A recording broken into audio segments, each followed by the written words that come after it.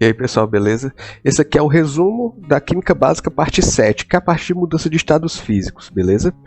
Então, vamos direto ao assunto. A gente tem que lembrar que os estados físicos da matéria, elas são normalmente três, né? A gente falou anteriormente de outros mais críticos, mas normalmente nós temos os sólidos, os líquidos e os gases.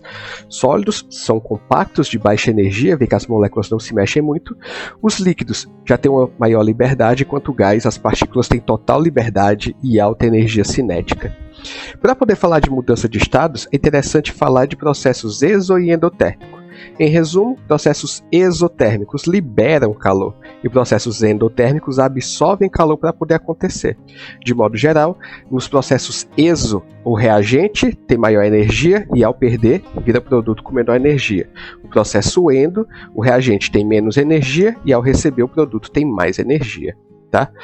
Os processos que nós vamos ter de transição do sólido para o líquido, chamado fusão. Tá? Sai do sólido e vira líquido. O ponto-chave que nós vamos ter aqui é a temperatura de fusão. Ou seja, temos uma temperatura-chave. Abaixo dessa temperatura vai ser sólido, acima dessa temperatura vai ser líquido. Quando temos do líquido para o gás, eu dividi em duas partes. Aqui vamos falar da evaporação e vaporização, que são processos espontâneos, que em condições ambientes, a substância sai do estado líquido e vai para o gás. Processo endotérmico. O líquido ele ganha energia para ir para o gás, as partículas se mexem mais rápido, né? Então, espontaneamente, nós vamos observar que esse líquido se torna gás, e por isso o parâmetro-chave aqui é a pressão de vapor, né? Quanto maior a pressão de vapor, mais fácil de ir para o estado gasoso. E nós observamos muito isso botando roupa para secar no varal ou no próprio ciclo da água, beleza? Já podemos ter também outro processo que ele é induzido. Quando a gente aumenta a temperatura de um líquido até ele se tornar um gás, nós vamos ter a ebulição ou calefação. No caso, a ebulição é quando é uma situação controlada e a calefação quando é uma transição instantânea, né? Quando a gente tem ali uma chapa, uma frigideira quente que cai uma gotinha d'água, ele vira gás na hora. O ponto-chave aqui é a temperatura de ebulição, ou seja, abaixo da temperatura de ebulição é líquido, acima é gás. Numa transição do sólido direto para o gás, a gente chama de sublimação, que é um processo endotérmico, né? Você vê que as partículas do sólido recebem energia, vira gás, né? Com alta energia ali.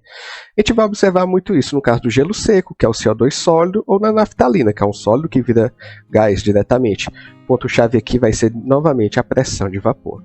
Se a gente pensa voltando agora, o gás virando líquido é uma condensação, liquefação, né? Que no caso, o gás ele perde energia, fica mais contido, virando líquido, processo exotérmico.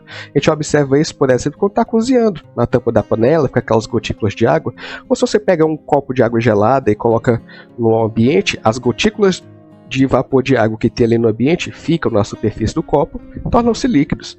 Ponto-chave aqui, temperatura de ebulição, né? Novamente, abaixo da temperatura de ebulição líquido, acima gasoso. O líquido pode tornar-se um sólido também, é a solidificação. Então, o nosso líquido ele pode perder calor, processo exotérmico, e tornar-se um sólido. Nesse caso aqui, ponto-chave, temperatura de fusão, né? Aqui, por exemplo, peguei uma bolha de sabão e ele no ambiente frio a gente começa a observar a formação de cristais de gelo onde era um líquido anteriormente, né?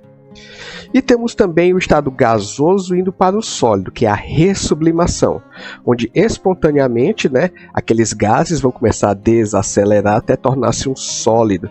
Nesse caso aqui, a gente vai ter que o ponto-chave é a pressão de vapor. Esse vídeo aqui que eu estou mostrando para vocês, num ambiente muito frio, os vapores de água que nós temos encostam no vidro desse carro e instantaneamente tornam-se um sólido, viram película de gelo, sequer passando pelo estado líquido, logo um processo de ressublimação. Então, se você quiser entender mais os processos, aprofundar mais e ver mais conteúdo, tem a versão completa desse vídeo aqui no canal também, beleza?